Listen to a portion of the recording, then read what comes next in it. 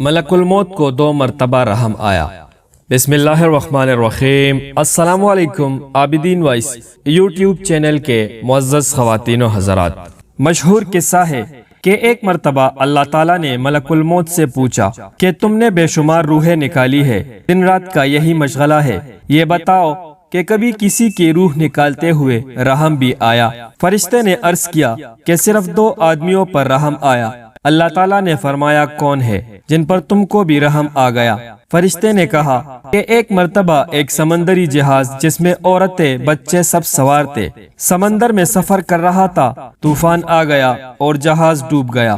کچھ لوگ غرق ہو گئے اور کچھ لوگ تختوں پر تیرتے ہوئے اپنی جان بچانے میں کامیاب ہوئے۔ انہی جہاز والوں میں ایک حاملہ عورت تھی، کشتی کا ایک بڑا تختہ اس کے ہاتھ آ گیا تھا۔ اندھیری اور طوفانی رات اور سمندر کے بیچوں بیچ وہ عورت تختے سے چمٹی رہی۔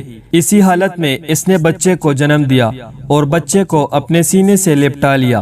بچے کے کھانے پینے کا سامان تھا، نہ حفاظت کا کوئی بندوبست۔ اس حالت میں اے بزرگ و برتر ذات، آپ کا حکم یہ تھا کہ اس عورت کی روح قبض کر لی جائے۔ اے اللہ، میں نے روح تو قبض کر لی، لیکن آج تک رحم آتا ہے اور یہی سوچتا ہوں نہ جانے اس بچے کا کیا ہوا ہوگا۔ اللہ جل شانہ نے پوچھا تجھے دوسری مرتبہ کس پر رحم آیا؟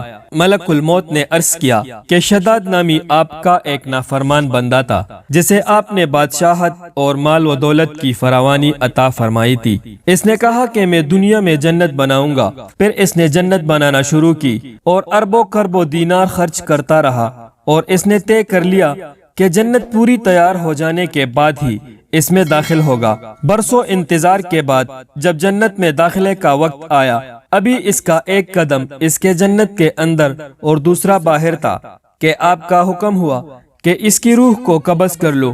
میں نے روح کو قبض کر لیا، مگر آج تک رحم آتا ہے کہ اتنی برسوں کی محنت اور مال خرچ کر کے بھی اسے اپنی جنت دیکھنی نصیب نہ ہوئی۔ اللہ تعالیٰ نے فرمایا اے ملک الموت، تجھے ایک ہی آدمی پر 2 مرتبہ رحم آیا ہے۔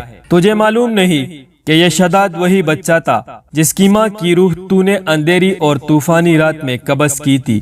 ہم نے اپنی رحمت واسع اور شان ربوبیت سے اس بچے کو بچا لیا اور پال پوس کر پروان چڑھایا، اسے ذہانت و فطانت دی، صحت، طاقت اور عزت عطا کی، یہاں تک کہ بادشاہ بنا دیا، اور جب بادشاہ بنا تو ہمارے مقابلے میں جنت کی تعمیر شروع کر دی، اور بے شک اللہ ہی سب سے بڑا بادشاہ ہے۔